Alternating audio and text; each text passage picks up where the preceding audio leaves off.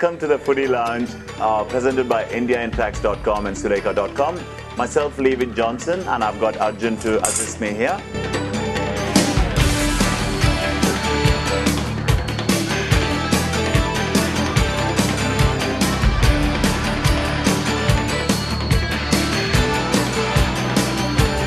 Today's recipe is going to be pradaman. We'll be running through the ingredients before we get on with the cooking. We got rice adda, 200 grams, that's what we need for the recipe.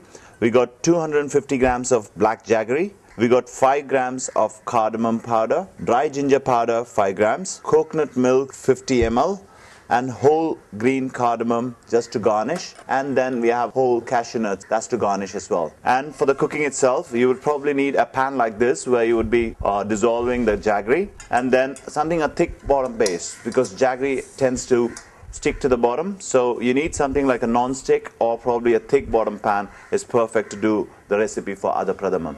Just to start off, we're going to have a little bit of ghee to start with, just enough. And we're going to be making this for 4 portions. This is just for garnishing, which is going to broil it. I'm going to be just broiling it a little bit, and then I'm going to be taking it off until it gets nice and golden brown.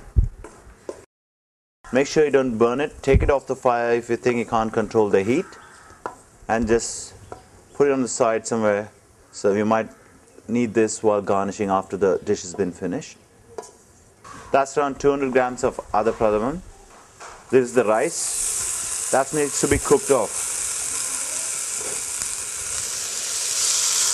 You can add in a little bit of moisture. This has been soaked overnight, and that's what ideally you would want to do. But if you're running out of time, you could probably like soak it for 4 or 5 hours. This is to get the starch out and to get the gluey consistency when you actually end up making this dish. So just enough water on a slow flame. Because it's starch, it will tend to stick at the bottom, so you have to keep stirring it and also put it on a very slow flame, and you could have a lid on it. Now we're going to be melting off the black jaggery.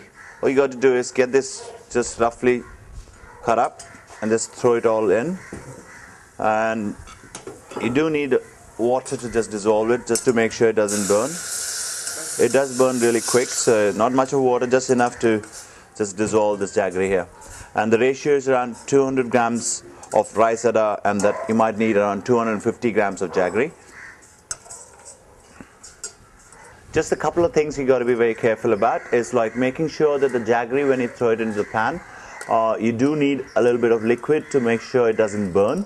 And when it comes to a consistency where it's very syrupy, if you can see that it's just syrupy, but make sure you don't cook it any further than that. It starts to burn and it will give you a bitter taste. So it's just a syrupy stage at which you want to stop. And this is not going to be very smooth, so there will be a bit of lumps and stuff, for which you will be straining it a bit further later on. In here, the pradaman, depending on how thick you get it, it usually takes around 12 to 15 minutes of cooking. It gets nice and soft. But this one is a really thin one, so it probably might take up to 7 to 8 minutes. And give a good stir in between and get the lid on, and it all gets to a nice starchy stage here. So leave the lid on for another 2 or 3 minutes, and we'll get further than that. This is the right check. When you can see that it starts to stick to the bottom here, and it's nice and starchy. It's all gone and come together really well. Early on, when we had put in the water, you could see that it was separate, and now it's all gone gluey. And at this point, you might strain the pradaman. Now we're going to be pouring in the jaggery along with the rice adda on a very slow fire, just making sure the jaggery doesn't stick to the bottom. At this stage, you have to make sure that constant stirring is a must. And it's always preferable to use a wooden spatula rather than using a metal one. And this again will be just another minute or 2, not more than that, because you just have to get it all mixed up together.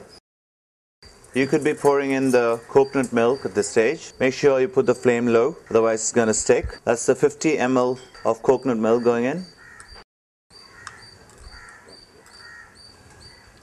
You could put in half of this cashew nuts, which you've just boiled up, and 5 grams of ginger powder, another 5 grams of cardamom powder, and a good stir. So make sure it doesn't get a boil. Just a simmer would be nice. Ada pradaman is ready to be served. Just when you see the nice gloss going on and the texture, consistency is very, very important. It shouldn't be very watery. And it shouldn't be burned when you put the jaggery in. And the nice glaze when it comes in is pretty much ready to go in. We'll be serving for a single portion here, which is close to 50 grams per portion. And to garnish, you could throw in a few of this cashew nuts, some slivers of cardamom powder, and sliced or ground cardamom as well. You can just drop in a few drops of ghee, and we got ada pradaman for you.